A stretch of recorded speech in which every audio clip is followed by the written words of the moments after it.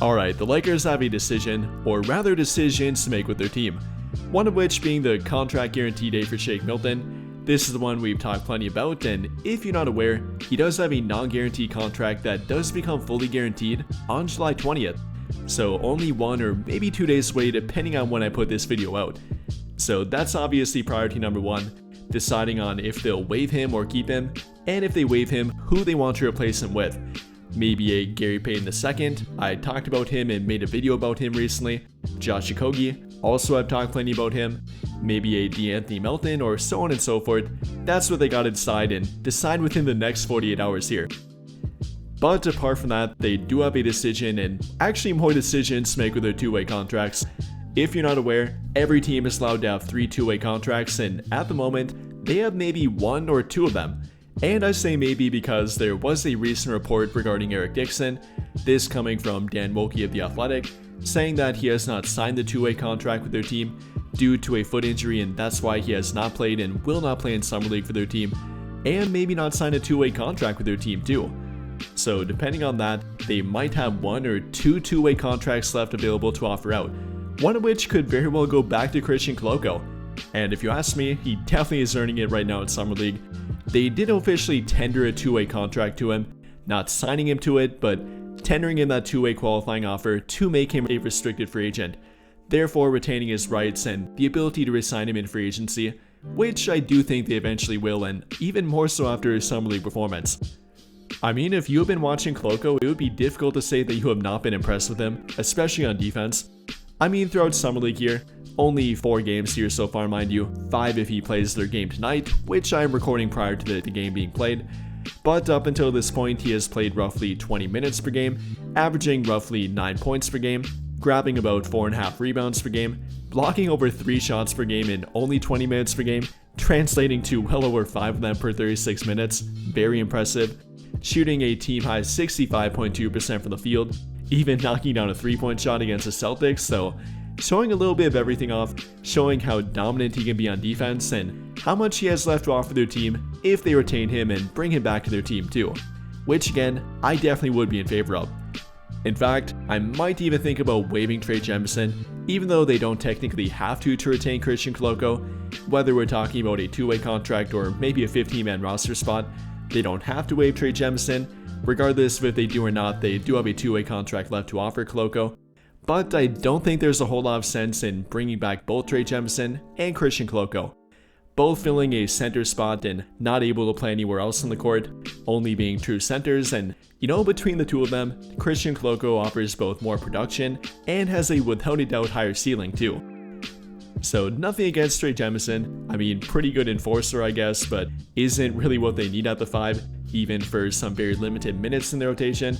You know, isn't a lob threat, which is pretty much a priority for Luka Doncic, isn't a great defender, neither a rim protector or a switchable defender, isn't a floor spacing big, I guess is a pretty good rebounder and again it's very physical, but is not really what they need and not really what they should be looking for in my opinion.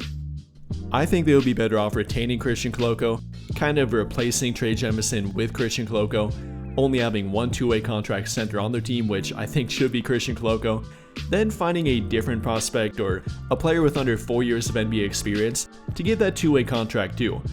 Whether that be a good defensive-minded backcourt player, a wing player, maybe a 3-and-D wing at that would be one of the only ones in their team after that point, maybe a more versatile center option to kind of balance out their front court, maybe adding a floor spacing big via 3-point shooting, you know, something different, not simply 2 traditional big men that don't really offer that much different on the court.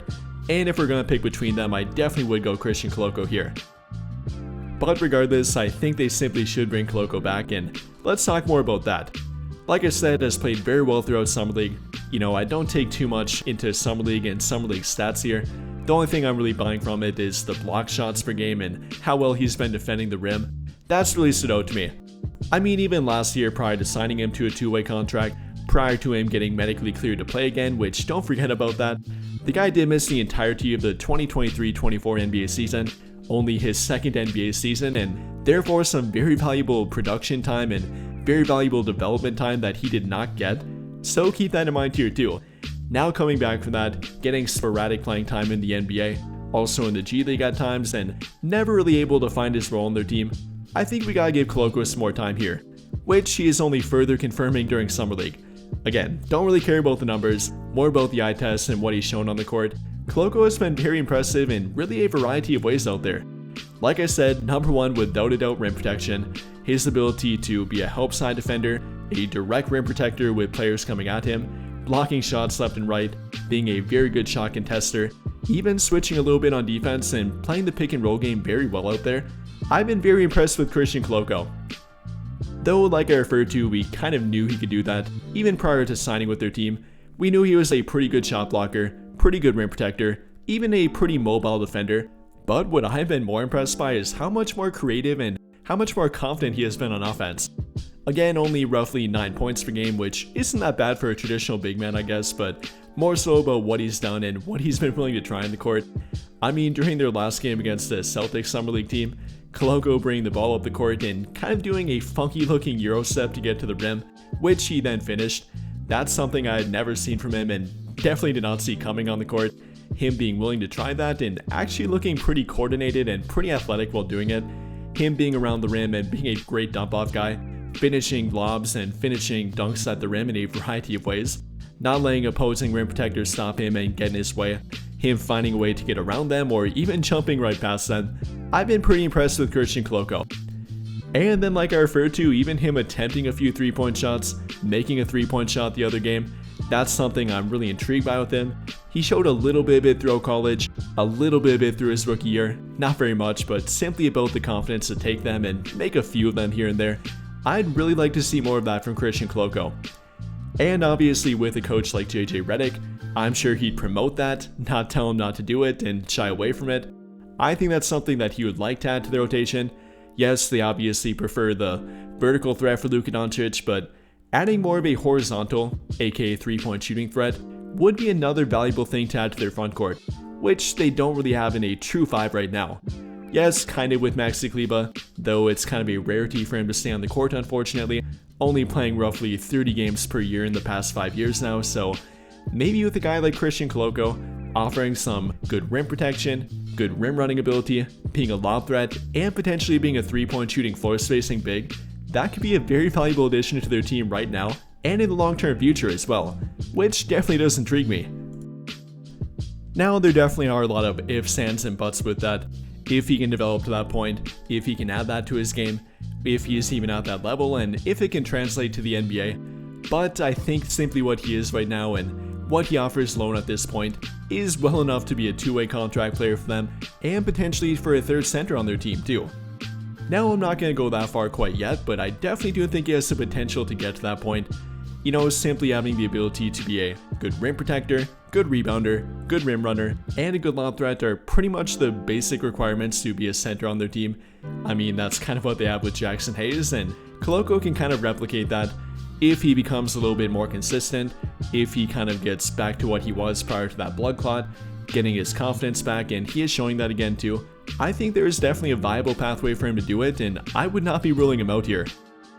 Then factoring in the current center free agent market, I mean, apart from Al Horford here, would you really take guys like DeAndre Jordan, Tristan Thompson, Taj Gibson, even a Thomas Bryant over Christian Koloko, especially given the fact that Koloko can be signed to a two-way contract and those guys can't?